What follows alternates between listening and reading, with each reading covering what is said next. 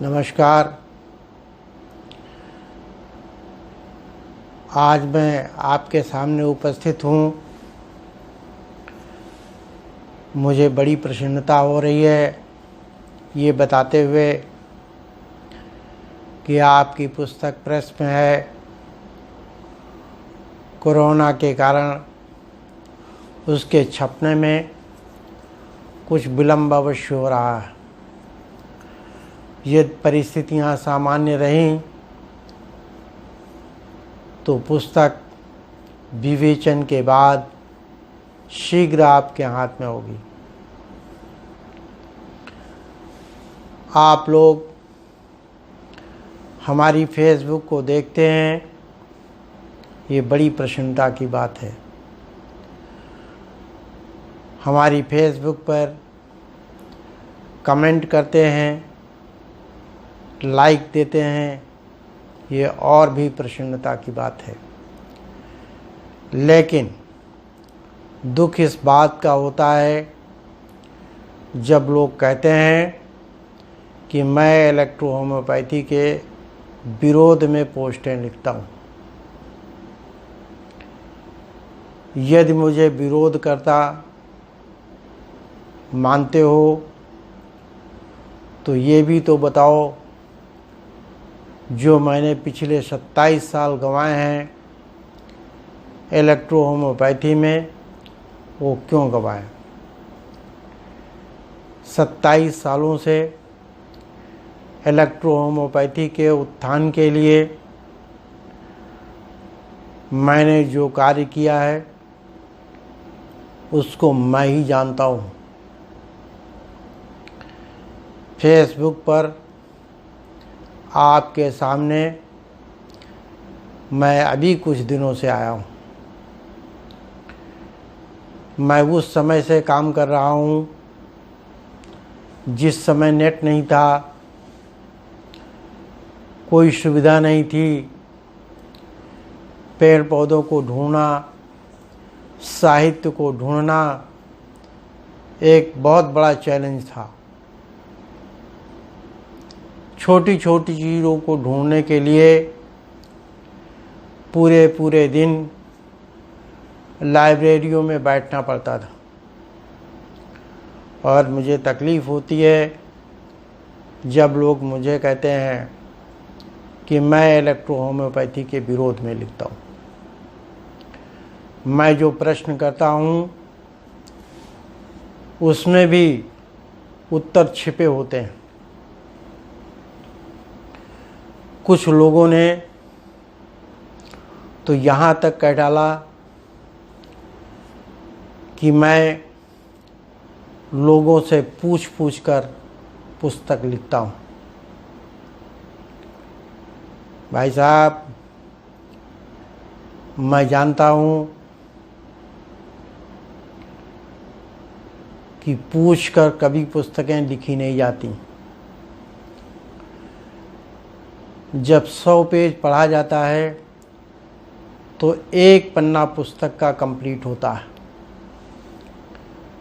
मैं उनमें से नहीं हूँ जो एक पेज पढ़ करके 100 पेज पुस्तक लिखते हैं। मैंने पुस्तक में जो मैटर दिया है वो मैटर अन्यत्र नहीं मिलेगा। वास्तव में जो मैं आपको मैटर देना चाहता था वो मैं नहीं दे पाया हूँ। इसका मुझे खेद है। लेकिन मैं आपको विश्वास दिलाता हूँ कि मैंने जितना लिखा है उस मैटर को यदि ध्यान से और गहराई से पढ़ोगे तो एक एक चीज़ आपके सामने खुल कर आएगी।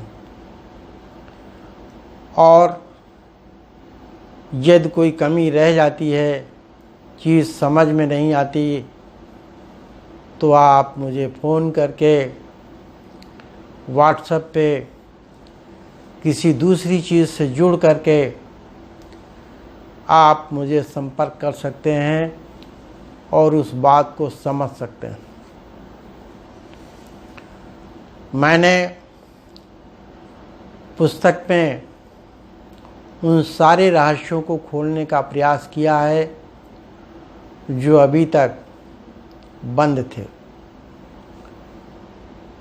उन बातों पर जब हम लोगों से चर्चा करते थे तो लोग ये कह करके उस चर्चा को समाप्त कर देते थे कि जो लिखा है मैं उतना ही बता सकता हूँ।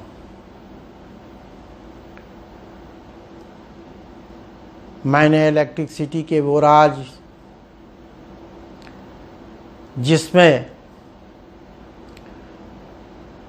वर्षों से प्रश्न उठ रहे थे,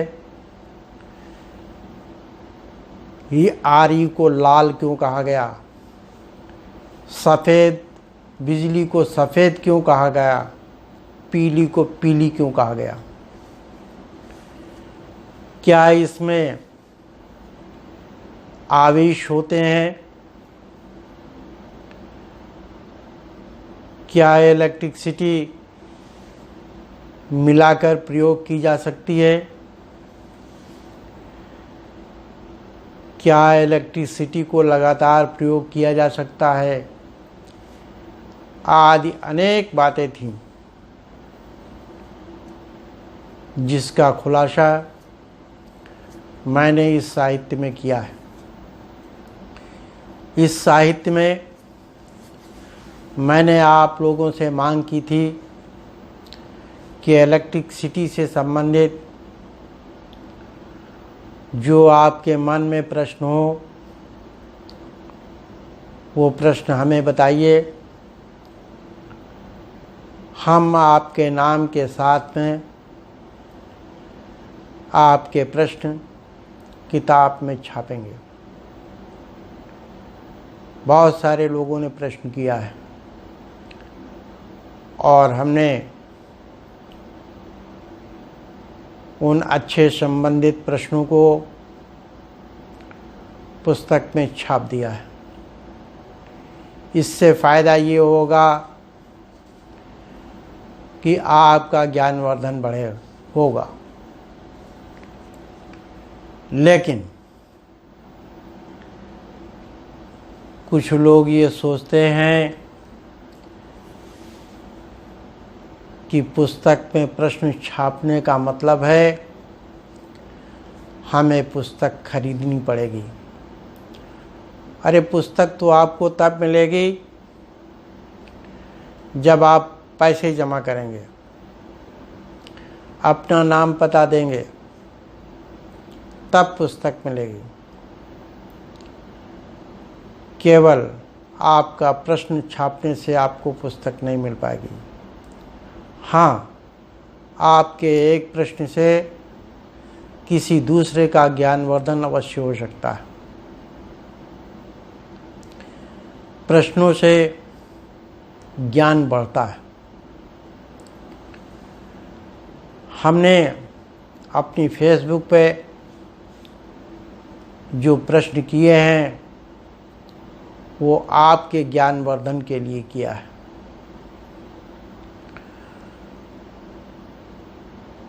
और जो प्रश्न किए हैं उनके उत्तर भी दिए हैं। लेकिन आप जब पूरी फेसबुक पढ़ोगे तो उसके उत्तर मिलेंगे। प्रश्नवाचक शैली में लिखने का हमारा स्टाइल है। हम किसी से प्रश्न पूछकर कुछ नहीं जानना चाहते हैं। हम आप लोगों की मांग पर इस पुस्तक के बाद में दूसरी पुस्तक भी लिखने जा रहे हैं जो कोहोवेशन पर होगी, डाइल्यूशन होंगे और दूसरी महत्वपूर्ण चीज़ें होंगी। हम जानते हैं कि इलेक्ट्रो होम्योपैथिक के विद्यार्थियों को किस चीज़ की आवश्यकता होती है, औषधि बनाने में क्या कठिनाइयाँ आती हैं और उन्हें कैसे दूर किया जा सकता है। इसलिए हमने ऐसी पुस्तकें लिखी हैं जो विद्यार्थियों के लिए, शोधकर्ताओं के लिए, औषधि निर्माताओं के लिए और शिक्षकों के लिए एक महत्वपूर्ण भूमिका निभाएंगी। हमारी पुस्तक छोटी है, लेकिन हमने गागर में सागर भरने का प्रयास किया है। हमने पुस्तक का मूल्य इस तरीके से रखा है कि गरीब से गरीब छात्र उसे खरीद सके और भाषा ऐसी लिखी है कि हर व्यक्ति समझ ले, क्योंकि क्लिष्ट भाषा में लिखने से पुस्तक लोगों की समझ में नहीं आती, जिससे उसका कोई मतलब नहीं रहता। पुस्तक हमारी पहली है, पुस्तक में गलतियां होना स्वाभाविक है। हमारा मानना है यदि गलती नहीं होगी तो सुधार नहीं होगा। यदि इस पुस्तक में कुछ गलतियां हो जाएंगी तो अगली पुस्तक में वो सुधर जाएंगी। जीवन के हर पहलू में गलतियां होती हैं।